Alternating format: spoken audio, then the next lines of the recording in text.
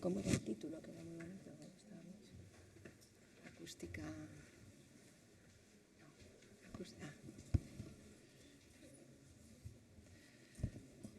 Hola, buenas tardes.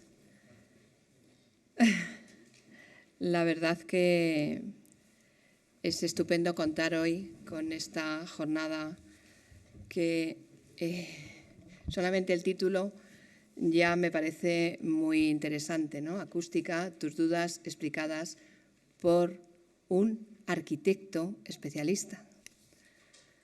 No es por ser corporativista, pero creo que Alejandro Sansegundo es un arquitecto que lleva muchísimo tiempo dedicado a la acústica.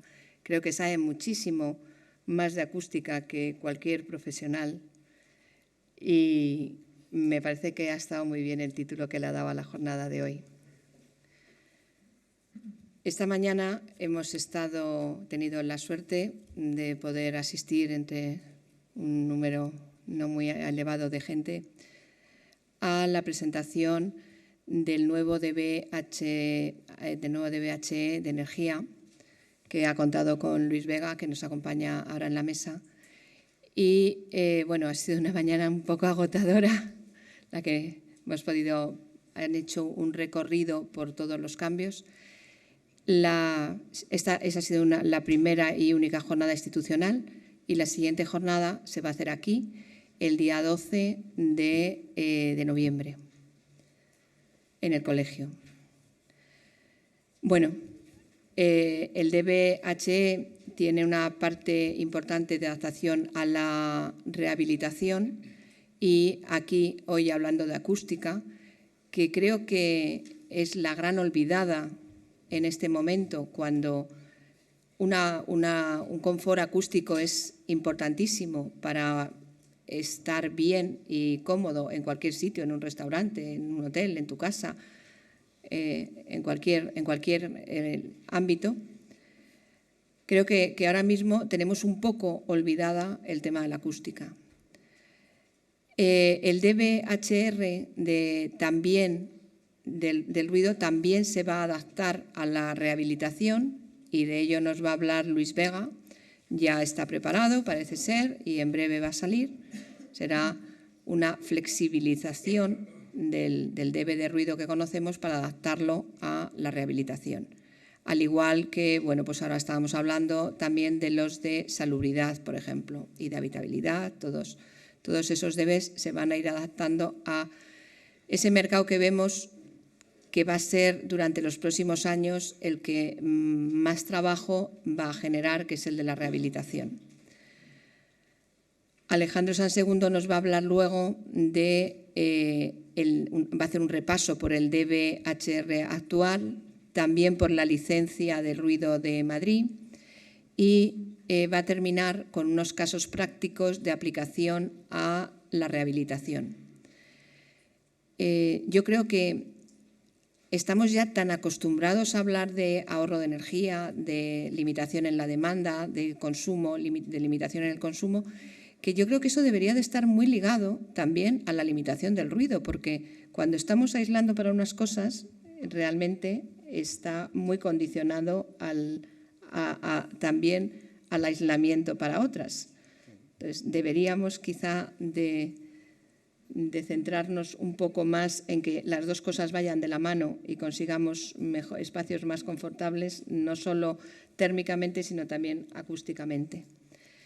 Bueno, yo con esto termino. Solo deciros que os voy a dejar aquí encima de la mesa unos A5 para que hagáis dibujos y mañana en el Museo del Prado a las 12 hay un acto contra la Ley de Servicios Profesionales que, bueno, pues de alguna manera quieren, no sé si habéis visto en nuestra web, que es la vuestra, los chistes de Mingote, de Peridis, hablando justamente de la Ley de Servicios. ¿No los habéis visto? Pues mañana a las 12 en el Museo del Prado hacéis todos los dibujos que queráis. Con todos los dibujos después haremos un mural que servirá un poco, bueno, pues para, como dice Peridis, doctor, ya que estoy aquí, ¿podría usted hacerme también una casa? Pues vamos a ver si eso o el otro del piloto, ¿no? el piloto que iba haciendo el proyecto del aeropuerto mientras iban volando. Vamos a luchar por nuestros derechos y a seguir defendiendo la arquitectura como aquella que hace no solo edificios, sino también ciudad. Bueno, pues os dejo con Luis Vega y con Alejandro Sansegundo.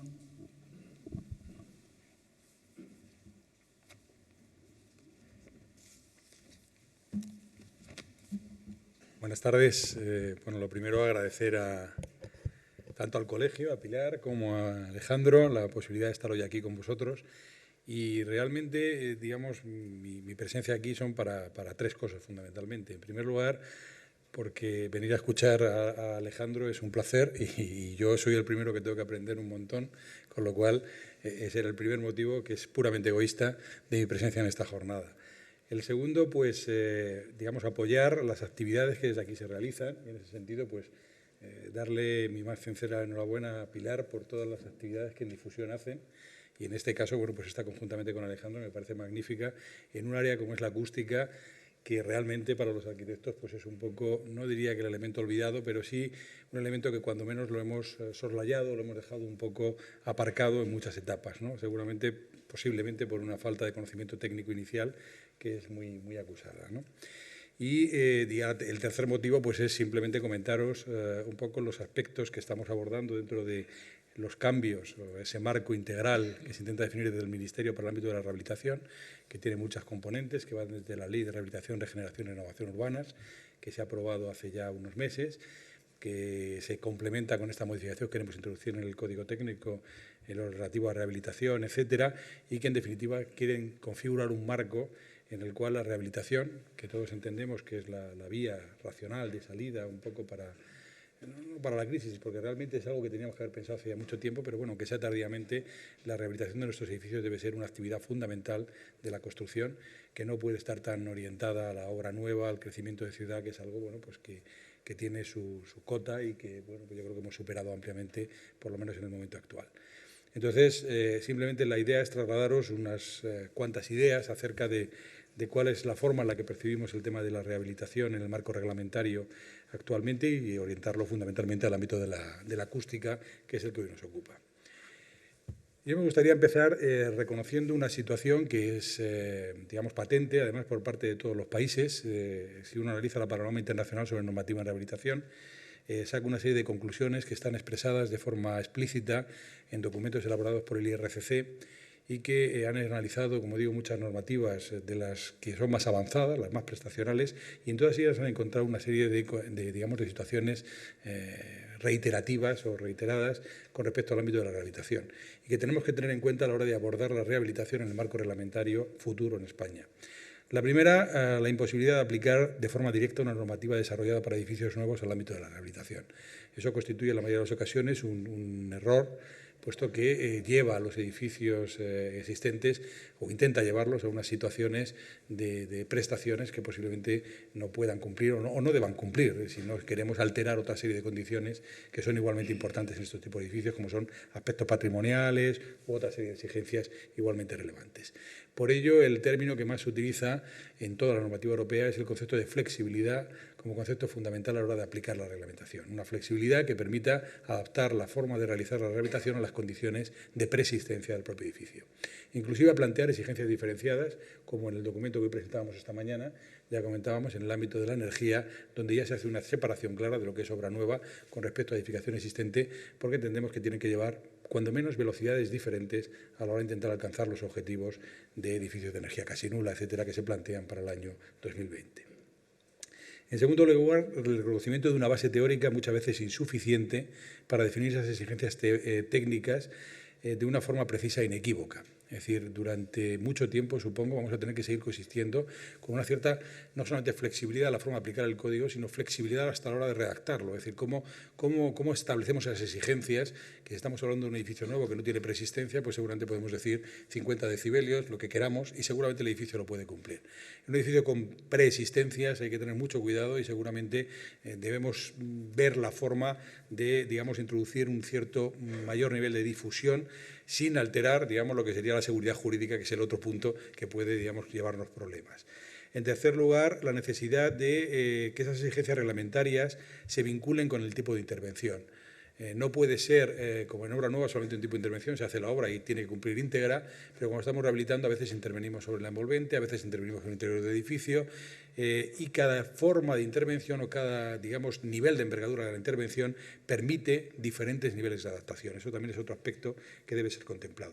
Y, por supuesto, en último término, la necesidad de que, arropando al marco reglamentario, aparezcan documentos específicos, guías, documentos de apoyo, documentos que ayuden un poco tanto a la Administración a expresarse en qué es lo que desea, como al técnico a justificar hasta dónde puede estar llegando, ¿no? En ese sentido, pues la mayoría de los países, Inglaterra, Escocia, Francia, etcétera, tienen guías específicas para la habitación en edificios históricos como elemento complementario al marco reglamentario.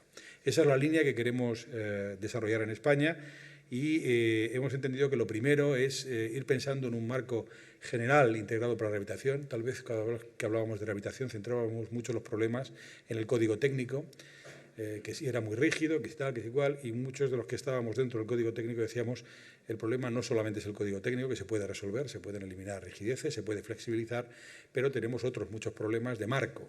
Por ejemplo, la rehabilitación en España, tal cual se ha configurado las leyes de suelo, etcétera, no estaba favorecida. Es decir, todo se pensaba más en el desarrollo de nueva ciudad, en el desarrollo de viviendas de protección oficial, pero como nueva ciudad, y no en que las plusvalías que se generaban, por ejemplo, en el ámbito de la rehabilitación, revertieran sobre la nueva operación, con lo cual prácticamente hacíamos inviable la rehabilitación como elemento económico, ¿no? En ese sentido, la ley de rehabilitación, regeneración y renovación urbana es el elemento que intenta configurar ese marco desde arriba, y que ha intentado no solamente introducir o eliminar barreras que podían dificultar la rehabilitación desde el punto de vista urbanístico, sino que, digamos, se ha lanzado a modificar un conjunto de reglamentos y de leyes, entre ellos la LOE o el Real Decreto de aprobación del Código Técnico de la Edificación, por entender que debía bajar hasta ese nivel para generar ese marco más o menos racional.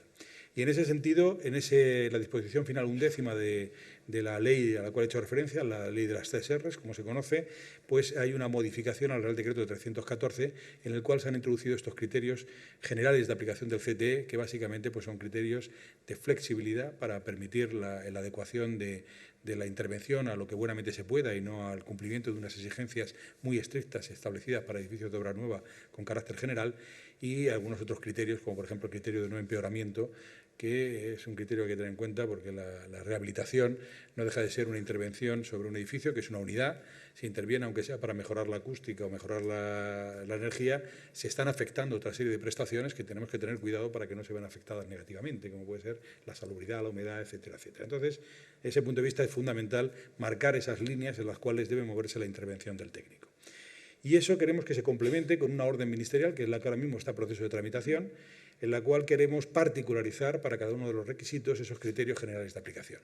Porque muchas veces, si no descendemos al requisito, es imposible establecer esos criterios. Por ejemplo, un criterio que parece aparentemente simple de definir, que es lo que puede ser un criterio de gran intervención, a partir de la cual parece razonable aplicar el código técnico en su totalidad, como por ejemplo ocurre en energía, por encima del 25% de la envolvente, vale para eso. Cuando estamos hablando de accesibilidad, el problema nada tiene que ver con la envolvente, tiene que ver con la intervención en núcleos globales de comunicación o comunes, ¿no? Con lo cual, cada requisito tiene su particularidad y en él es en donde hay que ver cuáles son los tipos de intervención y cuáles son las necesidades en cada uno de ellos.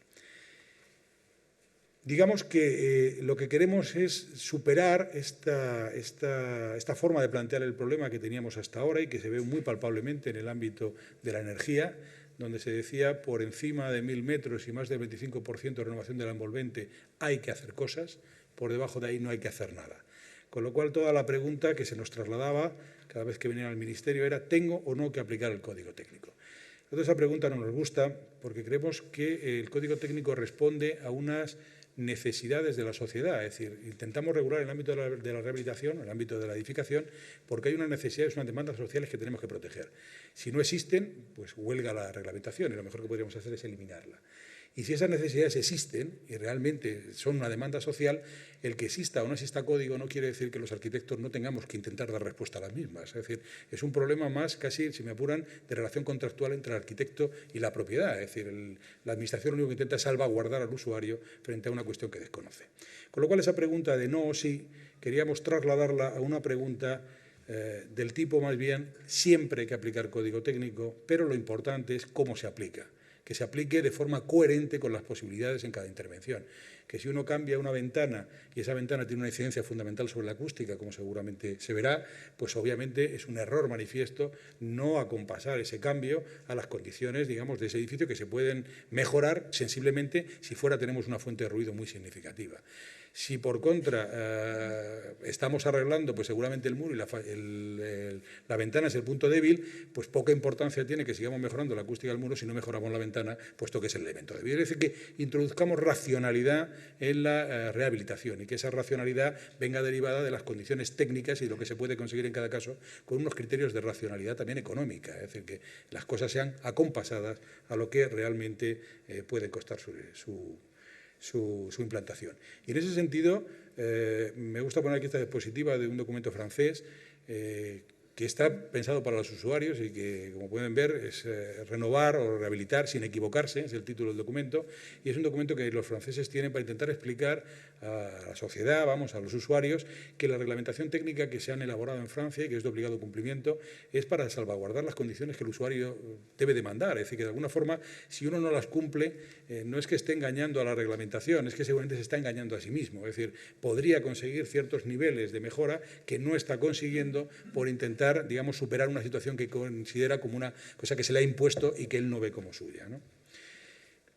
En el ámbito de la rehabilitación, en la parte acústica concretamente, realmente el código técnico cuando se redactó, y eso que venía ya, digamos, o salió en un momento en que ya se atisbaba la crisis en la obra nueva, pero siguió trasladando los mismos miedos que teníamos frente a una regulación muy explícita de la rehabilitación y que se acusaba en otros documentos, pero que en el de acústica fue todavía mucho más duro.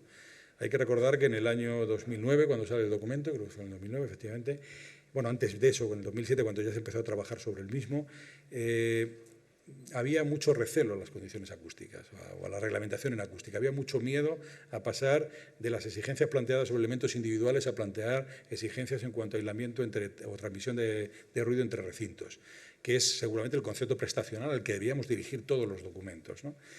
Y esos miedos, seguramente fundamentados mucho en que la acústica es una de las pocas disciplinas que se puede medir de forma directa y, en consecuencia, es mucho más fácil determinar si se cumplen o no los objetivos acústicos del código y eso genera una fuerte dureza jurídica, pues cuando se llegó al ámbito de la rehabilitación realmente se fue, yo no diría ya parco, se fue muy miedoso, ¿no? Es decir, de hecho, en intervenciones parciales el documento acústico no es aplicable en ningún caso, o no se exige, y en intervenciones totales solamente cuando no sean edificios protegidos, porque si son edificios protegidos también, en razón de su catalogación, pueden no cumplir siquiera el documento. Es decir, con lo cual, realmente lo que quedó, digamos, es que la acústica y la rehabilitación estaban desemparejadas. Es decir, cuando se hacía rehabilitación no tenía por qué hacerse nada realmente en acústica y cumpliendo así el código técnico. Eso nos parece, ahora visto ya con el tiempo, después de que hayan pasado ya unos años desde la aplicación, la entrada en vigor del DBHR y de que veamos que, bueno, que la rehabilitación es seguramente un punto en el que hay que incidir, todos lo tenemos claro, y donde además las condiciones acústicas, como decía bien Pilar Pereda, tienen una importancia fundamental para los usuarios, con lo cual no podemos, desde la profesión, no podemos desde la reglamentación, ser ajenos a esta demanda y no tratarla de forma adecuada, cuando además, y eso me consta porque en algunas ocasiones he oído a Alejandro y a otros técnicos de la acústica, existen soluciones para poder mejorar la acústica de las edificaciones y se puede conseguir. Es decir, no es algo como un poco como lo veíamos cuando salió la reglamentación en su día, imposible casi, porque las condiciones preexistentes hacían imposible casi la intervención. Bien, desde ese punto de vista nos parece que no debemos desaprovechar que la rehabilitación, que es una oportunidad para mejorar las diferentes condiciones acústicas de los edificios, realmente se traslade a esa mejora. Insisto, de una forma racional y acotada a lo que realmente se pueda en cada momento en función de las condiciones técnicas, económicas, funcionales, etcétera. Bien, en ese sentido es en el que, digamos, va a haber como una doble situación. Por un lado, lo que queremos es, en el código técnico, en lo que se refiere al ámbito de la acústica, eliminar esa exclusión de lo que es la acústica en el ámbito de la rehabilitación. Es decir, hasta ahora, insisto, no había que hacer nada y creemos que sí que deben hacerse cosas. Y ahora, una vez que introduzcamos la acústica dentro de la reglamentación en la rehabilitación, la cuestión es introducir esas cláusulas de flexibilidad que hemos comentado antes para que esa, digamos, inclusión no signifique una necesidad de intervención agresiva en muchos edificios y pues, seguramente con muchas dificultades para alcanzar las exigencias que se han planteado en edificios de obra nueva.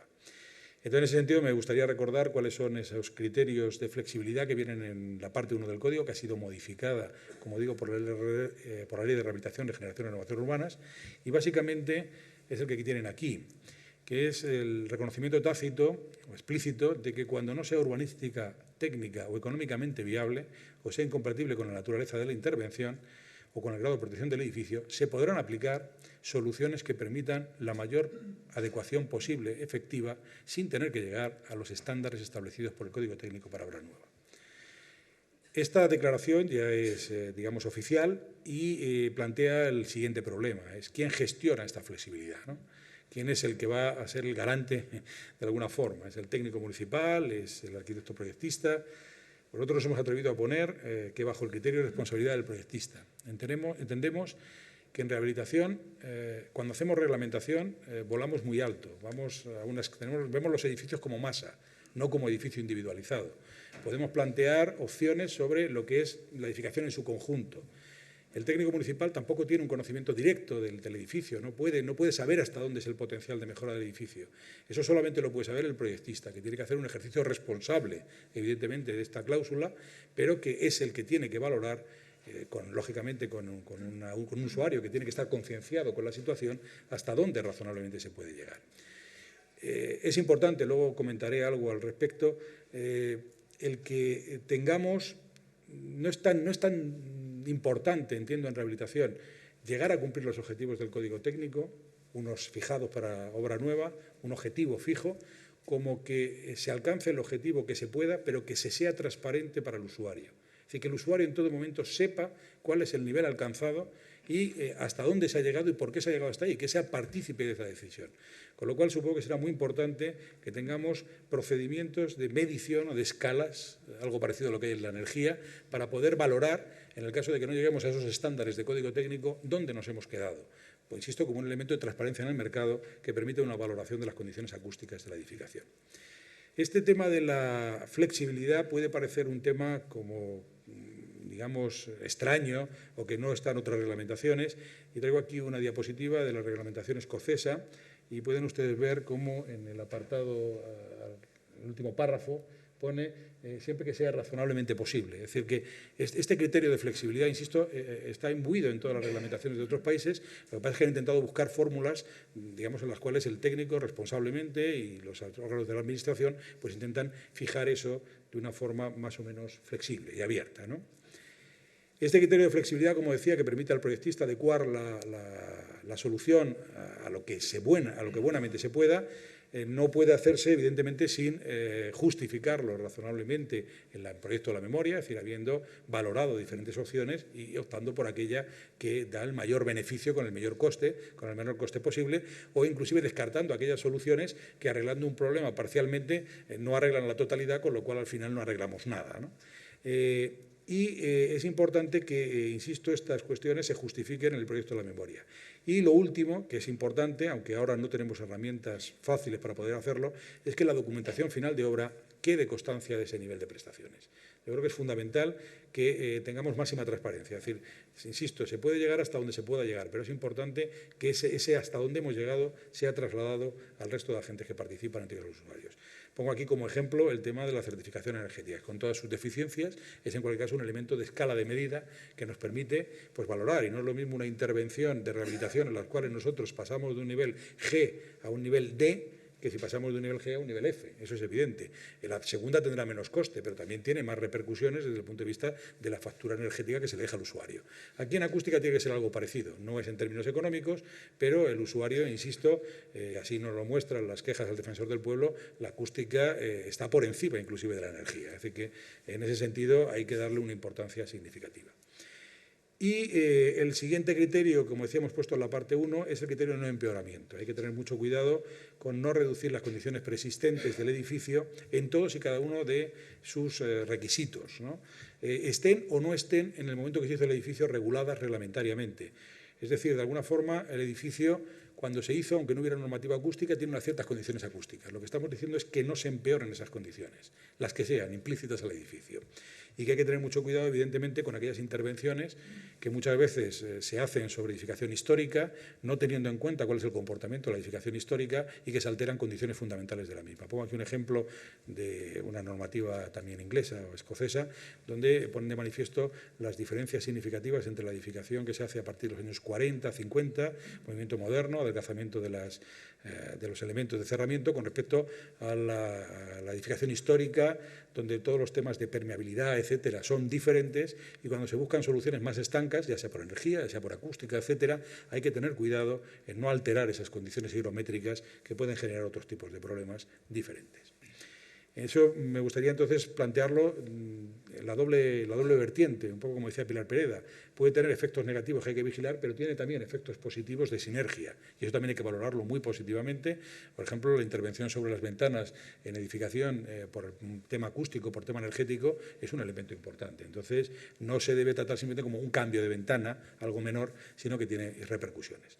Entonces, desde ese punto de vista, lo que vamos a hacer es cambiar esa redacción actual, donde quedan exentos todos los edificios, por una inclusión dentro del ámbito de aplicación del Código Técnico, lo que se refiere a la habilitación completa, pero estableciendo estos criterios de aplicación para edificios existentes con carácter general, pero particularizados, en el caso del HR, para las condiciones acústicas. En ese sentido, pues básicamente cuando hay una reforma integral, una ampliación o un cambio de uso global del edificio característico, la exigencia será el cumplimiento global del DBHR. Entendemos que hay condiciones suficientes para intervenir de forma significativa.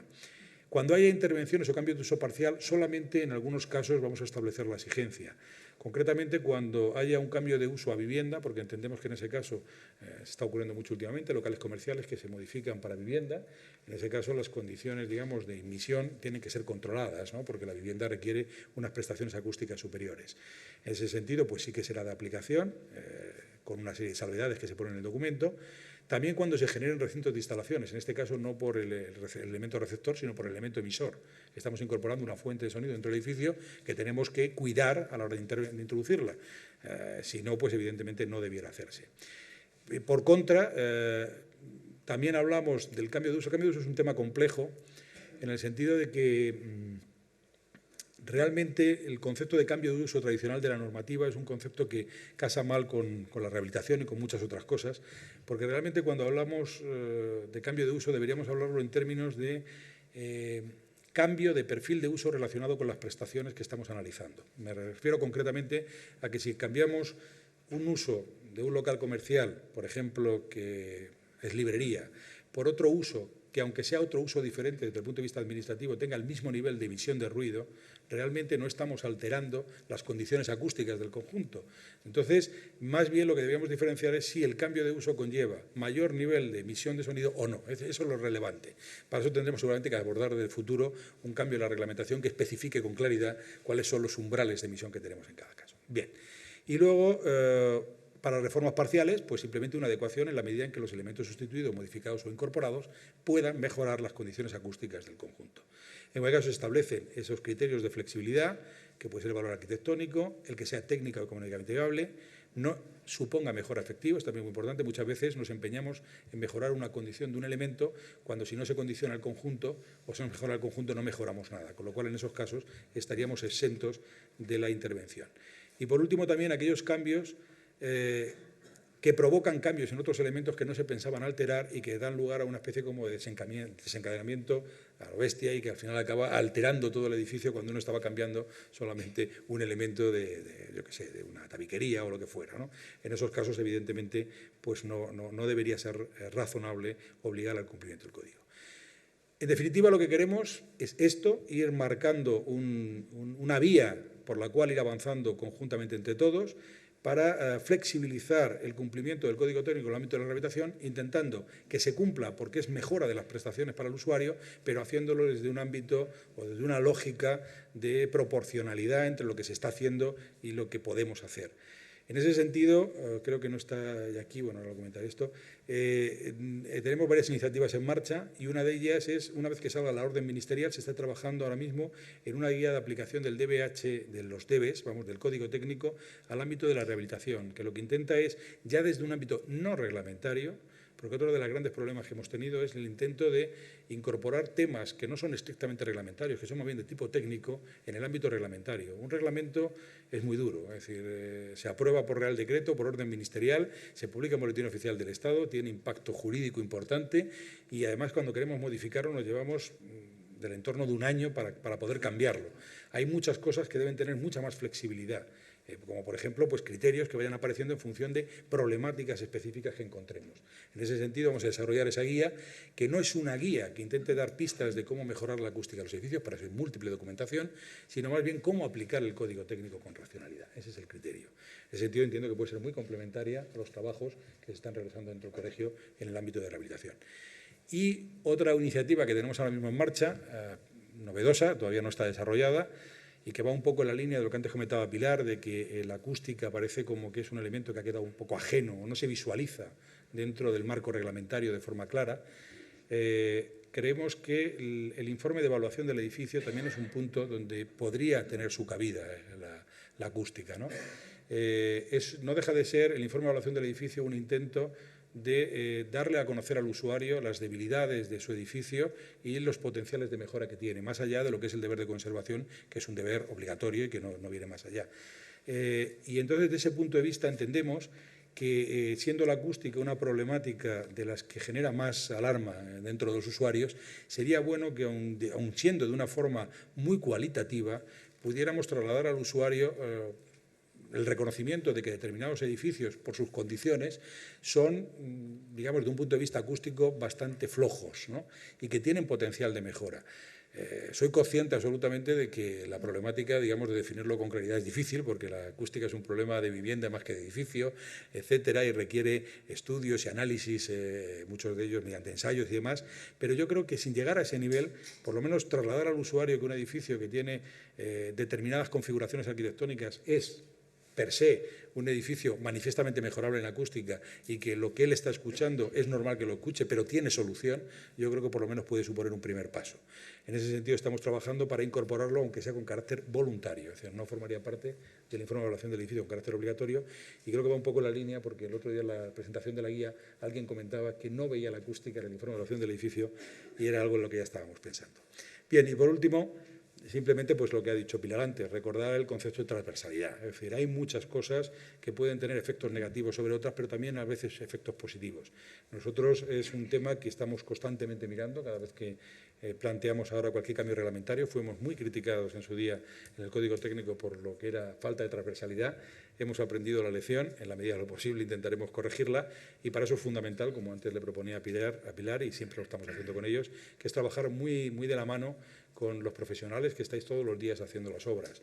Yo soy arquitecto, lamentablemente ahora ya no me dedico al ejercicio de la profesión de forma directa, estoy en el otro lado, espero que no en el lado oscuro, y entonces me gustaría que hubiera esa conexión donde esas frases que muchas veces oímos de es incompatible las cosas o tal, se materializaran en qué es incompatible con qué, y que nos llegaran muchas veces a través del colectivo colegial, que yo creo que está haciendo una labor magnífica y que puede seguir haciéndola, y lleguemos a ajustar esas normas para que no haya disfunciones que nadie quiere, y menos nosotros. Nuestro objetivo es mejorar las condiciones de los usuarios y, evidentemente, no como una pisonadora que pase por encima de todas las condiciones que hay que cumplimentar, ¿no? Pues con esto simplemente agradeceros su atención y nada más. Muchas gracias.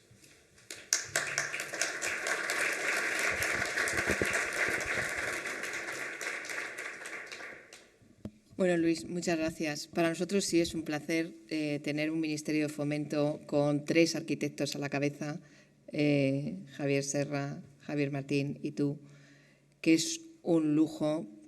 Siempre nos atendéis fenomenal, siempre estáis abiertos al debate, siempre nos apoyáis. Creo de verdad que es una suerte. Todavía, y mira que desde el primer día que entré como secretario de la Junta de Gobierno, dije tengo que sentar al Ministerio de Industria en esta mesa, pues no lo he conseguido. Todavía no lo he conseguido. Les he llamado para el RIT, les he llamado para calificación energética, les he llamado. No. No han venido ni una sola vez. Vendrán, supongo que vendrán. Ellos lo pierden. Eso también. Yo sabes que soy una defensora del código técnico.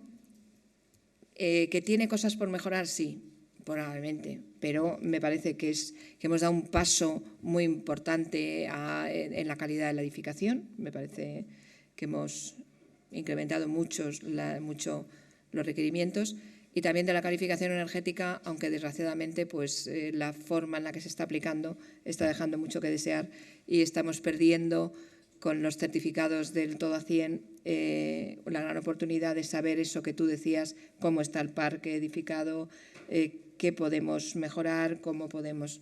Bueno, yo creo que seremos capaces entre este colectivo de reconducirlo. Os voy a tener que dejar, pero se queda Alejandro exponiendo. No sé si queréis que haga alguna pregunta a Luis antes de pasar a Alejandro. Sí, aprovechar porque a lo mejor Luis se tiene que marchar un poquito antes. Si queréis Pues, hacer si alguna queréis. pregunta, quizás es el momento. ¿Alguna pregunta? Ahora mismo, es decir, si hubiera venido hace un mes, hubiera dicho es inmediata, pero ahora después de un mes tendría que decir lo mismo. Realmente ahora mismo está en Secretaría General Técnica, está simplemente en el trámite final, es decir, que solamente queda ya la aprobación por parte de la Secretaría General Técnica, pero está teniendo problemas de tipo administrativo que desconocemos cuáles son, aunque queremos sacarla a la mayor brevedad posible. Es decir, que si no hay muchos problemas, espero que antes de final de año esté aprobada más que suficientemente. Muy bien, pues muchas gracias. Y ahora lo importante, porque, como decía antes, nosotros ponemos las normas, pero luego ustedes tienen que aplicarlas, con lo cual la parte de Alejandro es la fundamental, que es el que pone de manifiesto que las cosas se pueden hacer. Muy bien, muchas gracias. Gracias, Luis. Sí, voy a bajar. Bueno, hace un año aproximadamente el colegio contactó conmigo para hacer un estudio acústico sobre la envolvente de este edificio. Hombre, esto, bueno, tampoco es malo, yo creo que es muy bueno que se sepa que el colegio tiene una cierta preocupación. Y fruto de esa, no voy a decir nada del resultado, fruto de esa reunión y de esos trabajos, pues por mi parte hice esta propuesta de hacer una jornada pasado un cierto tiempo y hoy es el día en que estamos haciendo esta jornada. Con lo cual, antes de que te vayas, te tengo que agradecer, Pilar, pues que podemos estar aquí todos juntos y contando cosas de acústica, tal y como me prometiste. Así que nada más, ya te puedes marchar.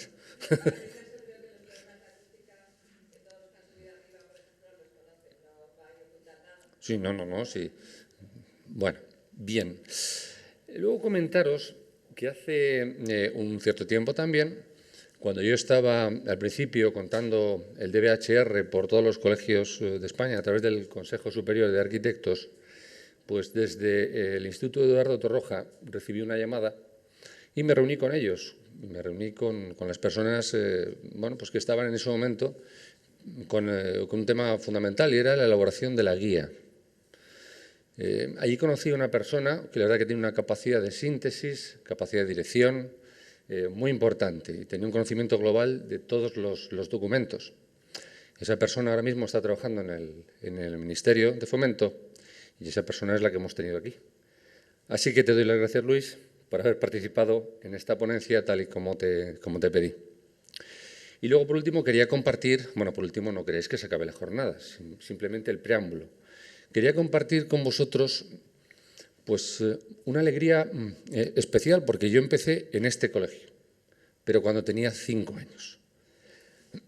Claro, era el colegio de las Escuelas Pías de San Antón. Así que yo empecé aquí, estudiando, y ahora pues continúa, es como un renacer, así que me estoy rejuveneciendo porque estoy en el Colegio de Arquitectos donde estaba implantado antiguamente ese colegio. Así que una satisfacción de estar con vosotros y agradeceros vuestra asistencia. Vamos a hablar sobre 3 asuntos importantes que creo que están relacionados entre sí, aunque parezca en un principio que no. Realmente es difícil encontrar a lo mejor una persona que haya tratado el DBHR, que haya tratado normativas locales como ordenanzas municipales o como reales decreto, la ley del ruido y también el tema de rehabilitación. Como eso todo está combinado y unido y muchas veces interrelacionado, vamos a ver uno por uno estos documentos, estas normativas que nos pueden afectar. Empezaré por el DBHR porque es el que tenemos más reciente. Alguno de vosotros pues, ya lo habrá vivido en sus propias carnes o en algún proyecto, pero a lo mejor lo tiene un poco olvidado porque quizás ahora pues, hay menos trabajo. Hay otros que quizás incluso a lo mejor no ha tenido ni siquiera la oportunidad de estrenarlo. Con lo cual sirva de recordatorio nada más esto que vamos a ver con los puntos principales del DBHR que enlazará enseguida con la ordenanza municipal de Madrid. Vamos a ver entonces esos conceptos fundamentales, la ley del ruido, la OPCAT, que es la Ordenanza de Protección, Contaminación Acústica y Térmica de Madrid, y vamos a ver esos casos de rehabilitación, experiencias que hemos ido teniendo y que, bueno, pues intentaré contarlos en algunos casos prácticos. Como decía Luis, el DBHR, pues, bueno, data de un cierto tiempo, pero todo empezó un 23 de octubre del 2007. Nos dieron 6 meses para estudiarlo, analizarlo y comprenderlo, incluso 1 año para que de cualquiera de las formas podíamos aplicar o el DBHR o la norma básica. Nadie aplicó el DBHR, todo el mundo con la norma básica. Hasta que llegó, como si fuese una penitencia en Semana Santa, el 23 de abril del 2009 es cuando ya empieza a aplicarse definitivamente el DBHR y la norma básica, bueno, pues queda ya en el olvido, casi en el olvido. A la vez, nace un catálogo de elementos constructivos, que está muy bien, francamente, está muy bien porque nos aporta de cada elemento constructivo los aislamientos acústicos, incluso también térmicos, paramento por paramento, con lo cual podemos acudir a él y encontrar muchos datos que nos van a ser necesarios para cumplimentar incluso las fichas del DBHR. Así que, bueno, pues, codo con codo y mano a mano, el DBHR tiene que ir unido por fuerza al catálogo de elementos constructivos. Para entender el DBHR tenemos que entender fundamentalmente lo que es una unidad de uso. Y la unidad de uso es edificio completo o parte de un edificio cuyos usuarios están vinculados entre sí. Por ejemplo, en un edificio de viviendas, todos los que viven en una vivienda tienen algo que están relacionados entre sí, es una sola familia. Luego eso es una unidad de uso. Si vamos a un hotel, en el hotel cada una de las personas que está en la habitación no tiene nada que ver con la habitación de al lado. Luego cada habitación sería una unidad de uso. Igual que una escuela, cada aula sería una unidad de uso, o en un hospital cada habitación sería una unidad de uso. Muy bien, pues entendiendo ese concepto, dentro de lo que es la unidad de uso habrá varios tipos de recintos. Unos que serán habitables, como tenemos ahí una cocina, o puede ser también un cuarto de baño o un pasillo, y otros que serán protegidos y que tendrán unas mayores exigencias. Un salón, un dormitorio, un cuarto de estar. Y es fundamental la diferencia. Pero ya no solamente por las exigencias acústicas entre ambos o entre ellos entre sí, sino porque además el aislamiento en fachada habrá que aportarlo solamente respecto a recintos protegidos. O sea que un baño no requiere un aislamiento mínimo, una cocina no requiere un aislamiento mínimo o un pasillo, pero un dormitorio, un salón, un cuarto de estar sí requiere un aislamiento mínimo en fachada.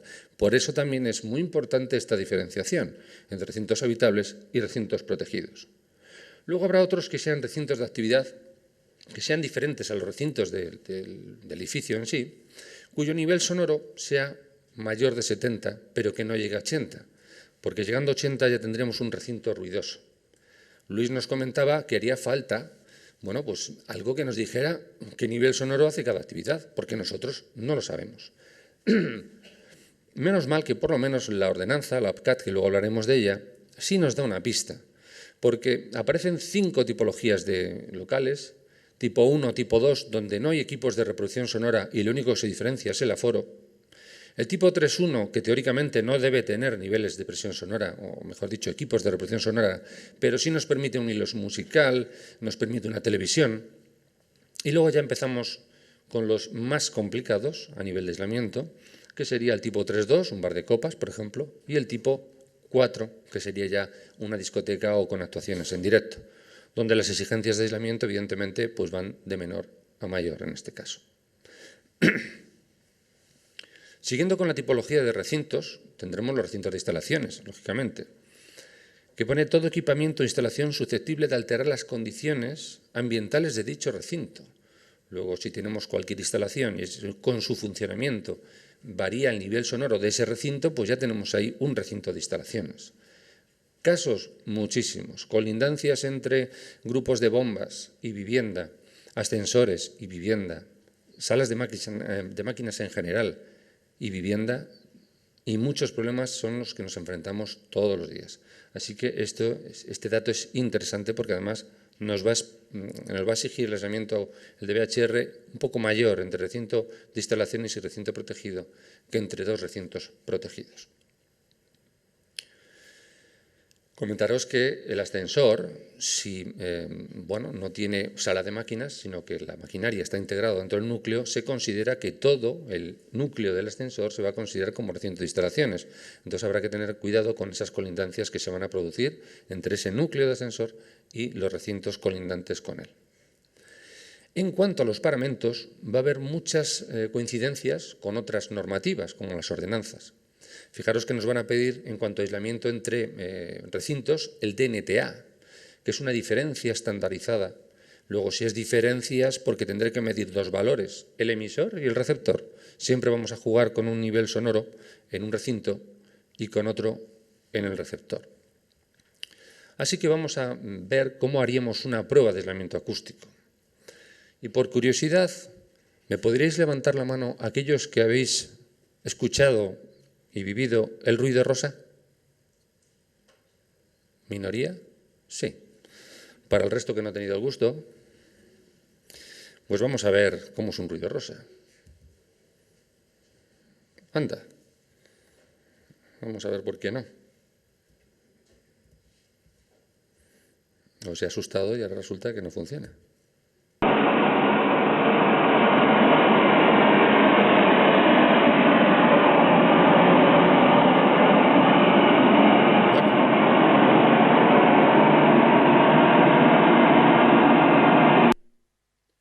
Una fuente de dodecáedrica que está produciendo un nivel sonoro constante. Esto puede ser 90, 95, 100 decibelios. Nosotros necesitamos cascos para para permitir hacernos estas mediciones porque es un ruido bastante molesto y elevado. Luego necesitamos un emisor con una fuente propia y un receptor, que será la sala contigua en donde estemos haciendo ese ensayo. Bien. Otro parámetro a medir, que en el DVHR, es el aislamiento en fachada, que también necesitaremos un emisor y un receptor. El emisor estará fuera, mediremos a 2 metros de la fachada, por eso pone D2M, a 2 metros de la fachada, cerraremos las ventanas y mediremos en el interior. Y por diferencia de niveles, tendremos ese aislamiento acústico. Hay otros factores que intervienen, pero bueno, nos quedamos con la historia del emisor y el receptor. Cosa que no pasa con el nivel de impacto. Cuando decimos aislamiento o ruido de impacto, realmente es nivel de ruido de impacto. El aislamiento es la protección que nosotros ponemos, pero ¿cómo se mide? ¿Tenemos que medir en el emisor y en el receptor? Pues en este caso no. Vamos a acudir a una máquina normalizada que va a generar golpes en el forjado y que en el recinto inferior vamos a medir el nivel sonoro con un sonómetro. No medimos arriba abajo, solo abajo. Como taconea el suelo, familiarmente la conocemos como la lola, porque taconea, ¿vale? Así que vamos a ver cómo actúa la lola.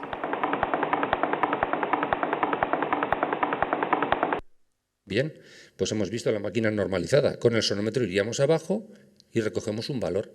Y eso lo comparamos con la normativa existente a ver si cumple o no cumple.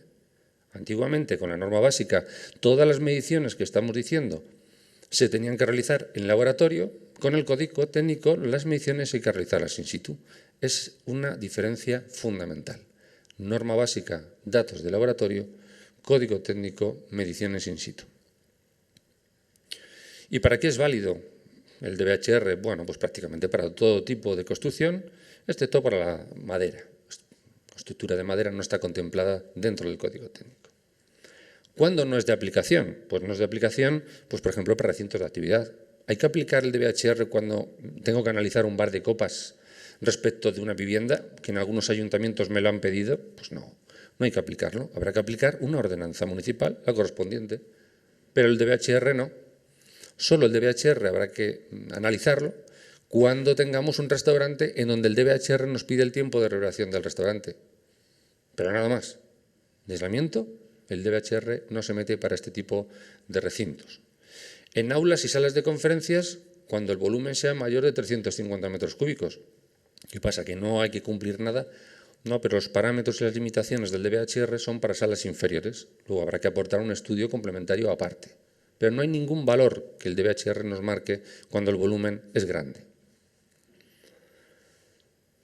En obras de rehabilitación, bueno, los que nos dedicamos al tema de acústica, realmente estamos en muchas ocasiones rehabilitando.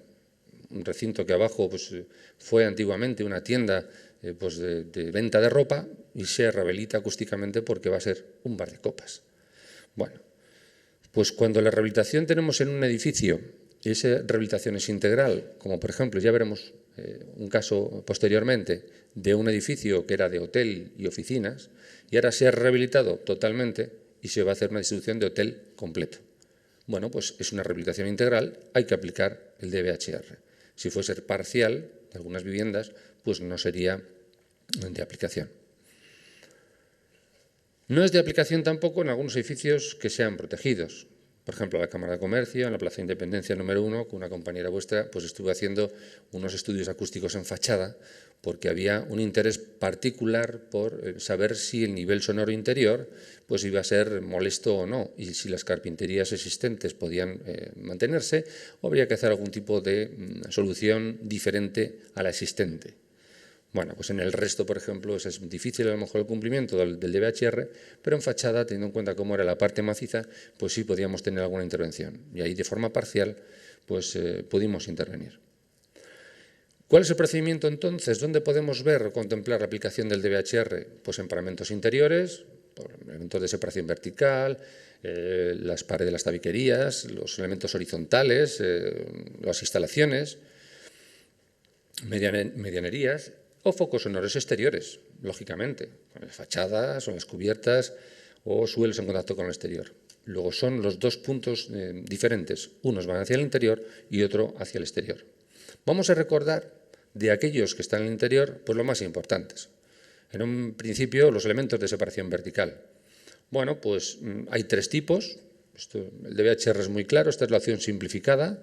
La opción simplificada lo único que te dice, haz esto y vas a conseguir un resultado satisfactorio.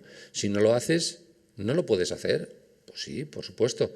Tienes la opción general te permite más libertad, pero la opción simplificada o el DBHR es contar la opción simplificada. Y la opción simplificada tiene estas alternativas. Elementos de separación vertical. Un elemento central trasdosado a ambas caras. O no lleva nada, o si lleva trasdosado, lo lleva a ambas caras. Además aparece ahí una línea roja que nos está marcando algo peligroso y algo novedoso, como es el suelo flotante. A partir de ahora todas las viviendas tienen que llevar un suelo flotante para poder cumplir con el DBHR. Muy bien, estamos hablando entonces de un elemento base y con trasdosado a ambas caras. Puede ser un trasdosado ligero o un trasdosado pesado. Un trasdosado ligero con elementos de perfilería y placa de yeso laminado, o trasdosados pesados con elementos cerámicos o tipo de bloques o paneles de escayola tipo panel system. Bien. Tipo 2. Bueno, pues el tipo 2 es un elemento, una cámara en medio de unos 4 centímetros como mínimo y dos hojas que pueden ser de elementos cerámicos, tipos de paneles de escayola, de suelo a techo, y con elemento central como un elemento absorbente. Y todo el perímetro con una banda elástica. Todo el perímetro con banda elástica. Bien. Tipo 3. El tipo 3 pues es el de placa de yeso laminado, que puede estar apoyado directamente sobre el forjado o sobre el suelo flotante y que consta pues, de dos perfilerías separadas entre sí, con 4 o 5 placas de yeso laminado y su lana mineral en medio. Bien. Conocido ya por todos. Muy bien. pues vamos a ver qué nos exige el código, muy de pasada. Pero fijaros que vamos a ver 4 tablas, y no es una metáfora, son 4 tablas.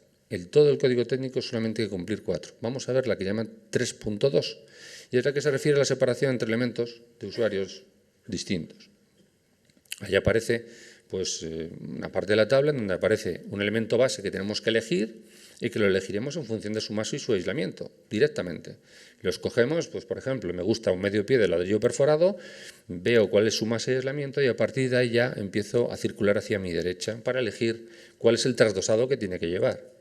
Y ese trasdosado normalmente pues, bueno, va a oscilar o va a variar en función del tipo de tabiquería prevista, si era ligera o si son pesadas las tabiquerías. Muy bien, pues una forma bastante sencilla. Fijaros que con el catálogo de elementos constructivos pues podemos elegir perfectamente ese elemento base y que luego partiendo de la masa del elemento base pues podemos ver cuál es el aislamiento que podemos conseguir. Fijaros que una masa ahí de 160 kilos pues nos aporta un trasdosado pues un beneficio de 14 decibelios. Pero fijaros que hay una columna y que si la masa inicial fuese pues de 100, el beneficio sería de 16. Y si la masa inicial fuera de 350, pues el beneficio es de 8, o la ganancia es de 8. Primera conclusión, yo por poner un trasdosado no gano siempre la misma cantidad de decibelios.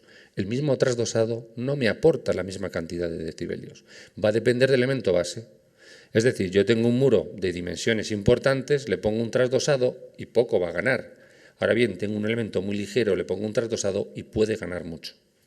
¿Vale? Bien. La tabiquería, vamos a entrar a ver la tabla 3.2, hemos dicho que hay 4, la tabla 3.2. Bueno, en tabiquería estas son las soluciones que plantea el código. ¿Lo apoyamos directamente sobre el forjado? Pues va a ser que no. Normalmente esta solución la vamos a descartar casi siempre, porque nos implica muchas limitaciones para otras tablas. Con lo cual, apoyado directamente sobre el forjado, no.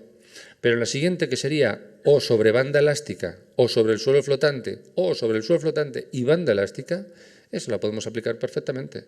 Así que antes de construir nuestra tabiquería interior, colocaremos las bandas elásticas de apoyo solo en la base y construiremos nuestra tabiquería de compartimentación interior, ya sea con un sistema o sea con otro, con elementos cerámicos, con bloques de hormigón o con bloques de escayola de suelo a techo. Muy bien. O con entramado autoportante. Perfecto. Bueno, pues la tabiquería la haremos encima del suelo flotante o encima del forjado. Cualquiera de las dos soluciones son válidas. Así que ya tenemos aquí las 3 tipologías que el DBHR nos permite. Sobre el forjado, sobre banda elástica o sobre el suelo flotante. Y cada una de ellas con unas exigencias de masa y de aislamiento. Muy sencillo. Bueno, pues ya hemos visto que hay una segunda tabla, la de la tabiquería. Si cumplimos con la masa y con el aislamiento, pues ya valdría, por ejemplo, pues un ladrillo hueco doble del 7 enlucido por ambas caras, ya me cumple, con lo cual ya tengo definida toda la tabiquería, por ejemplo. O unas placas de yeso laminado de 15 lana mineral, me cumple perfectamente, ya tengo previsto y justificada toda la tabiquería interior. Los suelos flotantes. Vamos a ver la tabla 3.3. Los suelos flotantes van a ser a partir de ahora necesarios. Es un cambio del sistema constructivo y mental, porque realmente hacer un suelo flotante, a mí me surgió mi primer contacto fuera de lo que es locales de pública concurrencia, me apareció hace muchos años en la zona de Málaga, en una cadena hotelera de Estados Unidos que venía y a hacer su hotel. Y hicieron suelos flotantes en todas las plantas. Con lo cual yo dije, caramba, pero si esto es una cosa inaudita, ¿cómo se hace un suelo flotante en las viviendas? Bueno, pues unos años más tarde, unos 10, 15 años más tarde, resulta que el código técnico nos está diciendo que en todos los sitios tenemos que crear ese suelo flotante. Nos va a dar una mejora a ruido de impactos impresionante. Alguna mejora también, por supuesto, a ruido aéreo, pero a ruido de impacto fundamentalmente. Eso sí, va a generar soluciones de contorno y soluciones de encuentro que tenemos que vigilar muy de cerca, porque si no lo conseguimos, la efectividad del suelo flotante se nos va a ir a pique. Así que importantísimo para cumplir con el DBHR un seguimiento de obra muy estricto en cuanto a las condiciones de ese suelo flotante. esta imagen del propio DVHR, en donde se dice dónde hay que instalar, dónde sí, dónde no, pues como veis prácticamente en la totalidad, incluso hasta en los desembarcos de las escaleras. En la escalera en sí no, pero el desembarco de la escalera también llevaría suelo flotante. Entre viviendas, por supuesto. Muy bien, pues vemos un trozo de la tabla 3.3 en donde nuevamente pues tenemos un elemento base que sería nuestro forjado y en este caso un trasdosado superior o inferior, suelo flotante o techo suspendido con el que incrementar el aislamiento acústico. Bueno, sencillo, puesto que además con el catálogo de elementos constructivos vamos a encontrar las exigencias y las mejoras necesarias. ¿Y las instalaciones por dónde las llevamos? Porque la verdad es que siempre es un conflicto. Las instalaciones las podemos llevar por debajo, en donde, si vemos esa foto, primero hacemos el trazado de instalaciones, luego colocamos nuestro material de amortiguamiento y al final ponemos nuestro mortero, que ya no será de 4, porque tenemos que salvar ese salto, y nos vamos a ir pues, a un mortero de 4, no, de 8, no, de casi 10 centímetros, entre 8 y 10 centímetros de espesor. O las hacemos por encima. Bueno, si las hacemos por encima, entonces primero ponemos nuestro material de amortiguamiento, a continuación colocaremos las instalaciones y por encima colocaremos, y a la vez ya colocaremos nuestro mortero, que como tiene que ir embutido esos materiales, esas canalizaciones, pues nuevamente nos vamos a encontrar con espesores de en torno a los 8 centímetros mínimo. Bien. Como resumen de análisis de una edificación en cuanto al interior, cuando el foco sonoro lo tenemos en el interior, el L1, pues en fase de proyecto tendríamos que estudiar todas estas soluciones, tendríamos que justificar las exigencias de aislamiento pues a ruido aéreo, a ruido de impacto, llevar por supuesto un control de obra muy especializado, eso es fundamental, para no encontrarnos luego con problemas de rozas excesivas que no han sido bien rematadas, que luego nos va a bajar el aislamiento y la medición final pues puede ser un fracaso. Así que este es un poco el resumen del análisis de cómo actuar en cuanto a los niveles de ruido que tenemos y que luego esa medición final pues sea la adecuada. Hemos visto 3 tablas, nos falta una, la que corresponde al exterior. Bueno, pues vamos a ver qué es lo que nos ocurre cuando tenemos una situación de este estilo.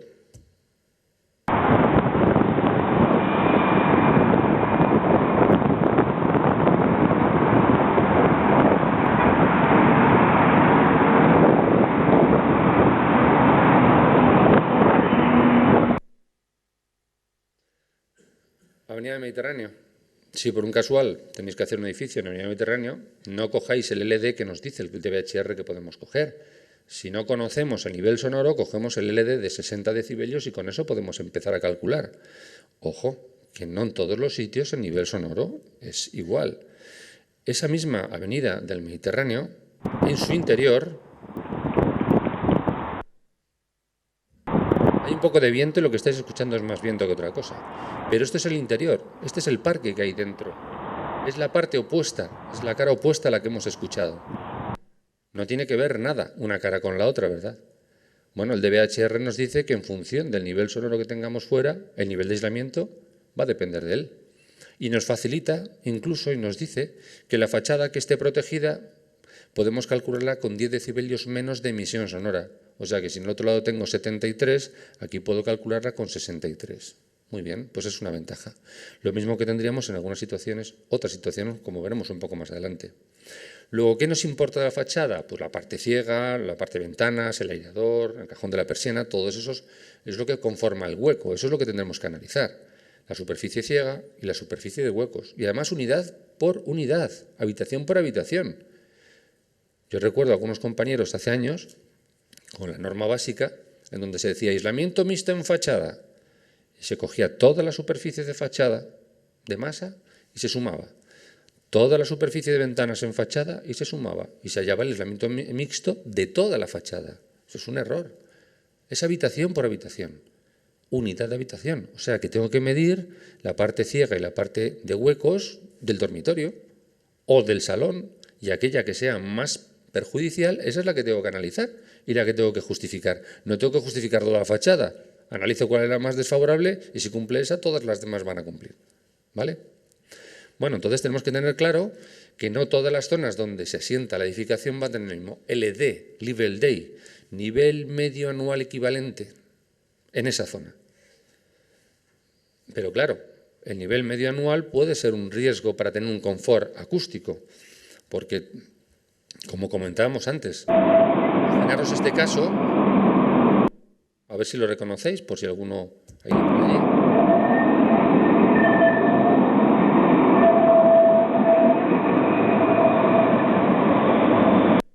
No quiero contar las edificaciones que hay al lado, lo contentos que tienen que estar desde el que el tranvía pasa por delante de su fachada. O, por ejemplo, en este caso, en donde, como ya hemos comentado antes, un nivel sonoro pues importante. Los que tengan la desgracia de tener la edificación cerca, pues tendrán un nivel sonoro importante. Fijaros la cantidad de viviendas que tienen de cerramiento en la fachada. Cerramiento doble, ¿vale? O sea, que tenéis una terraza, que no sé para qué quieres una terraza ahí, porque no la vas a vivir, vas a morir. Con lo cual, pues oye, haces un cerramiento para evitar problemas térmicos y problemas acústicos. En la mayoría de los casos es así, o la tienes enfrente en la M30. Pues no la vives, la sufres, ¿vale? Y os comentaba, imaginaos una edificación donde su interior es este. Bueno, pues oye, aquí se puede vivir tranquilamente. A lo mejor fuera tenemos mucho ruido, pero en esta zona pues está muy bien. Pues a nivel de ruido a lo mejor el LD podemos decir que es de 60 o incluso menos aquí, porque lo podemos comprobar, pero en ninguno de los otros dos casos el LD podemos decir que es de 60. Así que, ojo. Por otra parte, insisto, es un nivel medio anual, en donde pilla verano, invierno, y aunque es, bueno, tiene muchas fases y es muy fluctuante. Entonces, si calculamos y si proyectamos con SLD, probablemente el propietario de la vivienda no va a tener un grado de confort satisfactorio, porque habrá muchos momentos donde el nivel de ruido que vaya a tener interior es muy superior al nivel medio de todo el día. Así que no seamos un poco roñosos, digamos, en ese aspecto, sobre todo en fachada, e intentemos mejorar las condiciones que nos marca el propio DBH. Bueno, esta es una tabla previa a la última tabla, en donde ya sabiendo cuál es el nivel de ruido, bueno, pues sí, puede ser que sea de entre 60 o 65, o puede ser que sea muy elevado. Bueno, pues en función de eso vemos que los niveles de aislamiento nos van a variar bastante. O 32 o 42. Oye, es que la diferencia de aislamiento es abismal. Os voy a poner un ejemplo, un caso. En el centro de Madrid tenemos la Gran Vía.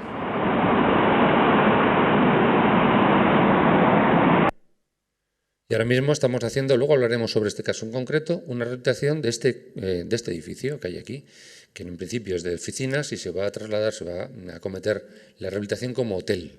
Entonces, claro, ¿cómo vas a poder vender acústicamente un hotel como una zona confortable cuando sabes que la Gran Vía tiene un nivel de ruido de 70 y muchos decibelios, incluso 80 y tantos en momentos punta? Pues claro, si haces un grado de aislamiento para un nivel de ruido de 60, pues la verdad es que habrás cometido un grave error. Así que la última tabla que nos falta por visualizar, por ver, pues nada, en función del tipo de nivel sonoro, la exigencia de aislamiento será una diferente. Si es de 62 nos aparece 32 y en función nos vamos hacia un porcentaje mayor de huecos, pues vemos que el aislamiento de la parte de hueco se va hacia 32, 34, 33. Pero es que si el nivel de ruido en vez de 62 es de 67, pues entonces el grado de aislamiento ya empieza a ser importante. 37, 35, 34, 39, y eso ya son palabras mayores. Podemos analizar la fachada, la parte maciza. Dices, hombre, pues con el catálogo vemos que hay muchas alternativas, muchas posibilidades para cumplir con el DBHR. Soluciones hay bastantes, con lo cual de este tema, bueno, pues nada que hablar porque tenemos elementos suficientes. Pero, amigos, con una ventana, por muy buena que sea, el DBHR, mejor dicho, el catálogo de elementos constructivos nos dice que podemos llegar hasta 32, que es la última cifra que tenemos a mano derecha. Hasta 32 decibelios. Más de ahí no podemos con una ventana, basándonos en el catálogo de elementos constructivos. Tendríamos que aportar el ensayo acústico de una ventana que con una composición, el que sea, y de una sola hoja nos aporta más de 32. Vale. Pero si el nivel de ruido, el nivel de aislamiento que nos exigen es de 37, Pues con una ventana ya sabemos que no. Le tenemos que decir al cliente que tiene que poner doble ventana. Y con doble ventana veremos que podemos llegar a aislamientos de 40, 44 decibelios en función de la composición que tengamos.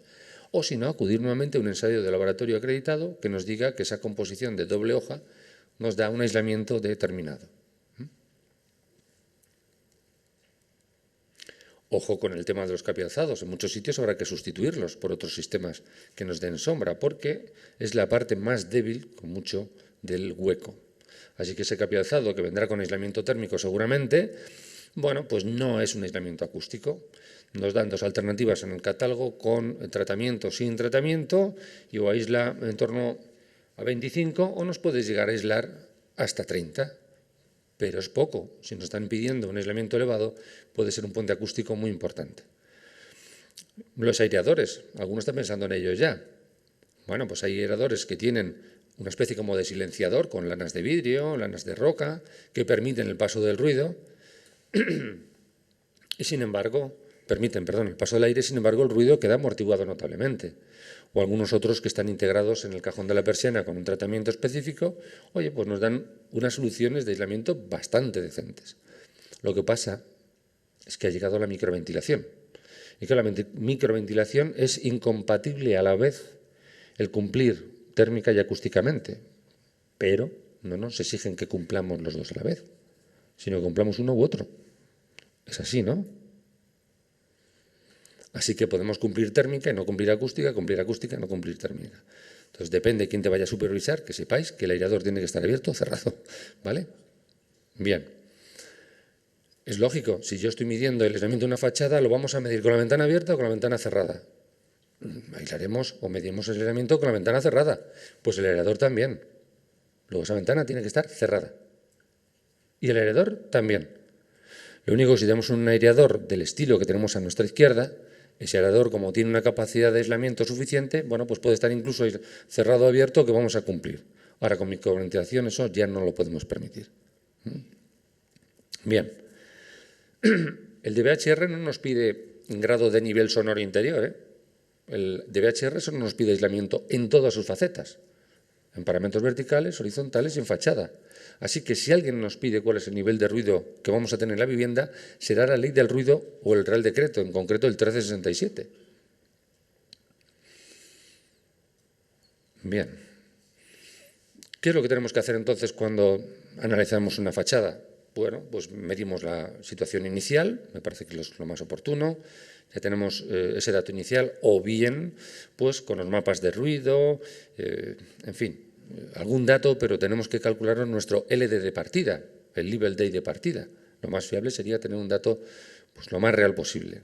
Habrá que ver cuál es el porcentaje de hueco y de macizo para analizarlo, conocer el aislamiento de cada una de esas partes y después ya, en función de ello, seleccionar vidrios, paramentos, aireadores, para poder realizar un tratamiento acústico como Dios manda. Bueno, hacemos una medición final de comprobación para saber si hemos cumplido o no con el DVHR. Entre nosotros, el cumplir el aislamiento de fachada del DVHR, al propietario le importa nada, pero nada. Lo que le va a importar es que el nivel de ruido que le llegue sea leve y que pueda dormir bien. Luego, si en vez de tener 37 tiene 35, pues a él le va a dar igual. A él lo que no quiere es que le moleste el ruido exterior. Pero va muy ligado. Tengo que intentar conseguir no solamente cumplir con el DVHR y su aislamiento, sino incluso un poco más. Porque si el nivel de ruido es elevado, nos van a poner seguramente algún tipo de reclamación.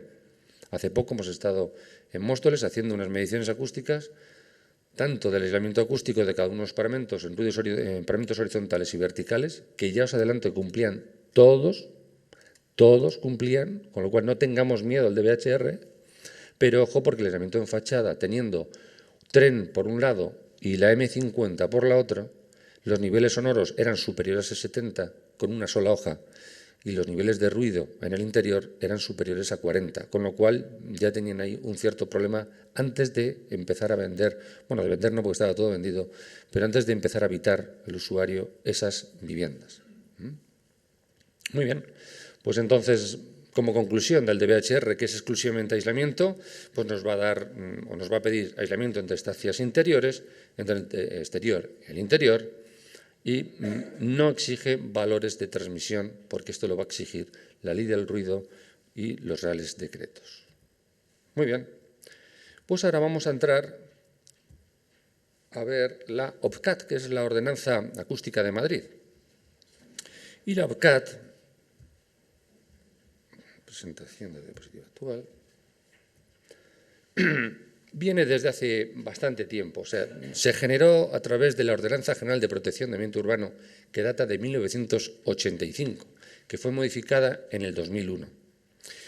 Posteriormente, su modificación fue mucho más amplia en el 2004 y pasó a denominarse la OPACFE, Ordenanza de Protección contra la Contaminación, contra las fuentes, contra formas de energía, exactamente. Si en la primera ordenanza se medía con el parámetro de aislamiento acústico bruto y se medían dBs, con esta ordenanza ya se medía como aislamiento acústico referenciado a una norma ISO, y se medía el DNTW, era el parámetro de medida. Hubo otra modificación, que es la actual, la del 2011, en donde la OPCAT se modificó y el parámetro de medida ya no es el DNTW, es el DNTA, que coincide con el DBHR, por cierto. Así que fijaros que en función de la época y del momento y de la situación, el parámetro de medida es diferente. Por ejemplo, si tenéis que trabajar en Parla, se mide como en el año 85. No digo que no hayan evolucionado, pero se mide como en el año 85. Te van a pedir mediciones acústicas en dBs. El único sitio que yo sepa que solamente se mide en dBs. Si te vas a otras poblaciones, pues por ejemplo Leganés, se mide en dBAs, con ruido rosa en dBAs. Si te vas a Getafe, se mide en DNTW. Y si estás en Madrid, en DNTA. Así que es muy variopinto, muy variopinta las exigencias y las normativas que tenemos actualmente, con lo cual que está trabajando pues tiene actualmente que pues supervisar todas y actualizarlas y saber cuál es la que corresponde en cada caso. En aquellas poblaciones pequeñas que no tenían normativa propia, una ordenanza, pues estaba el Real Decreto 78 del 99, que ha sido derogado en el 2012. Esas poblaciones que no tenían normativa propia, por lo menos les amparaba el Real Decreto, y a través de ese Real Decreto pues había una serie de características. No se exigía aislamiento y lo único que se pedía es que el nivel transmitido a las edificaciones no supera determinado valor, y ya era suficiente. Pero ese ya no está entre nosotros. Entre nosotros está la Ley del Ruido y el Real Decreto, sobre todo el 1367, porque es el que nos da los objetivos, los valores y el procedimiento que venían marcados en la Ley del Ruido del 2003. Muy bien, pues que sepamos entonces que esa ordenanza va muy de la mano del Real Decreto. Donde no alcance la ordenanza o donde no haya ordenanza, el Real Decreto intervendrá. Cuando tenemos que hacer un proyecto, en la licencia pues se nos va a decir que digamos qué tipo de licencia vamos a solicitar, si es de obra nueva o de ampliación o de modificación, que describamos la actividad, si es los metros cuadrados, los focos sonoros, las instalaciones, el tipo de área acústica, todo eso nos lo va a solicitar el ayuntamiento. Y nos va a pedir un estudio acústico en la parte de repercusiones ambientales. Y ese estudio acústico tiene un índice sugerido a través de la Ley 2 del 2002 de evaluación ambiental, en donde nos dice que tenemos que determinar cuáles son los focos sonoros de esa actividad, cuál es el aislamiento inicial, cuál es la transmisión inicial para ese aislamiento y para un nivel de ruido hipotético que yo imagino que va a tener esa actividad. ¿Cuál es el aislamiento suplementario que tenemos que aportar para cumplir? Porque inicialmente probablemente no cumplamos. Y después tenemos que decirle todo esto en fase de proyecto, cuál es el aislamiento que vamos a conseguir y cuál es el ruido que se va a transmitir después de haber hecho lo que tenemos que hacer. ¿Vale? Algunas veces parte de estos puntos, los 3 primeros, por ejemplo, pues eso lo podemos determinar. Si tenemos sonómetro, tal, pues el aislamiento inicial lo podemos determinar, pero a veces pues no contamos con sonómetros y tenemos que partir de datos de laboratorio o datos estimados. Aislamiento de un forjado, pues 45, 48, pues empezar siempre en tratamientos globales, poder intentar justificar de una forma más o menos sencilla, aunque a veces pues los proyectos nos los piden con un poco más de determinación y por frecuencias, entonces la cosa ya se empieza a complicar un poquito más. Por supuesto nos dicen que si vamos a hacer unas medidas correctoras que definamos cuáles son, suelos flotantes, techos suspendidos, Bueno, trasdosados. La APCAT, dentro de su articulado, voy a destacar algunos puntos, no algunos artículos nada más, pero lo que nos va a pedir es que hagamos una medición o que hagamos un cálculo de aislamiento y nos va a pedir los ruidos en LAEQ de 5 segundos. ¿Y eso qué significa? Significa que tenemos un sonómetro que lo ponemos durante 5 segundos y el nivel medio de esos 5 segundos es lo que va a valer. Antiguamente no, antiguamente se medían niveles de presión sonora que segundo a segundo te iban dando un valor determinado. Cuando el valor era continuo, el valor que aparecía en pantalla siempre era el mismo, pero si el valor era un poco fluctuante, segundo a segundo podía determinarse, podía variar, con lo cual era mucho más difícil encomendarse a un santo y decir, bueno, pues el nivel que hemos obtenido en la medición es tal, porque al segundo siguiente era diferente. Ahora es 5 segundos y se promedia, y ese es el valor que vale. El aislamiento con el TNTA, ruido emisor con el ruido rosa, ruido receptor en el receptor, hallamos la diferencia de niveles. Añadimos un dato de dificultad mayor, hay que medir el tiempo de reverberación en la sala receptora, no es lo mismo que esté vacía o que esté con muebles, luego tiempo de reverberación en la sala receptora y a partir de ahí calculamos el DNT. Además tenemos que aportar los tipos de área acústicas. Importante el tipo de área acústica donde está ubicada esa actividad porque en función del tipo y el uso, si es por ejemplo enmarcado la residencial, el Real Decreto lo denomina como A, la norma, el APCAT dice que es el tipo 2, pero es la misma, son zonas de un ruido leve, uso residencial, y bueno, pues tenemos una tabla en donde en función de esos tipos nos van a marcar un nivel de ruido máximo en el exterior. Importante cuando tenemos una máquina, cuando tenemos unas rejillas, cuando hay un patio, cuando hay una cubierta, unas torres de refrigeración, todo eso son maquinarias que potencialmente nos van a causar problemas. En esta tabla hay que tener en cuenta una cosa y es que aunque aparezca un 40, 45, 50 en negro, la normativa nos dice que se cumple cuando se superen 5 decibelios lo marcado en la tabla. Luego en vez de 45, 50. Bueno, pues en áreas residenciales por la noche el nivel sonoro máximo ya no es 45 como hace unos años, sino 50 el permitido. Muy bien, pero es que también aparece que, por cierto, la frase que pone ahí es toda instalación, establecimiento, actividad o comportamiento debe cumplir con estos niveles sonoros. Así que, en función del uso y en función del tipo de estancia, como veis ahí he destacado uno, residencial dormitorios, porque es el más conflictivo, pues nos aparece un valor de 25 decibelios. Pero, al igual que en el anterior, se cumple si no superan los 30 decibelios. Bueno. ¿Se pueden superar los límites? Bueno, pues casi no. Fijaros, Plaza de Chueca, hace unos años, bueno, en el 2011, ¿qué es lo que sucedió? ¿Os acordáis de lo que pasaba en la Plaza de Chueca? ¿Os acordáis a gente con los cascos bailando, todos al mismo ritmo, y no se oía ningún ruido? ¿Por qué? Pues porque en un radio de 150 metros había o residencias de mayores, o había centros sanitarios, o había centros docentes y que coincidían con el horario. Por eso no se permitió en Chueca que hubiese música. Y sin embargo, un poco más allá, cerca de nuestro antiguo colegio, en esa plaza, pues sí había música en directo, porque no se daban esas circunstancias. Así que los límites se pueden variar siempre y cuando esos condicionantes los tengamos en cuenta. Se pide permiso, autorización al ayuntamiento y si te lo conceden, pues adelante, puedes superar los niveles de ruido ambientales puntualmente. Bueno, en el artículo 20, fijaros que dice un tema, bueno, pues que nos relaciona con el DBHR. Nos está diciendo que tiene que cumplir con el DBHR las condiciones constructivas y las instalaciones. Pero hay una cosa importante que he resaltado, y es que nos dice que las modificaciones y el mantenimiento de las edificaciones deberán hacerse de modo que éstas no experimenten una reducción de las condiciones de la calidad acústica preexistentes. O sea que si vamos a hacer una rehabilitación, no empeoremos, hay que mejorar. Lo mismo que nos está diciendo el DBHR, nos dice la norma, la APCAT. Es que si hacemos algo, hombre, que sea para mejorarlo, no para empeorarlo, ¿eh?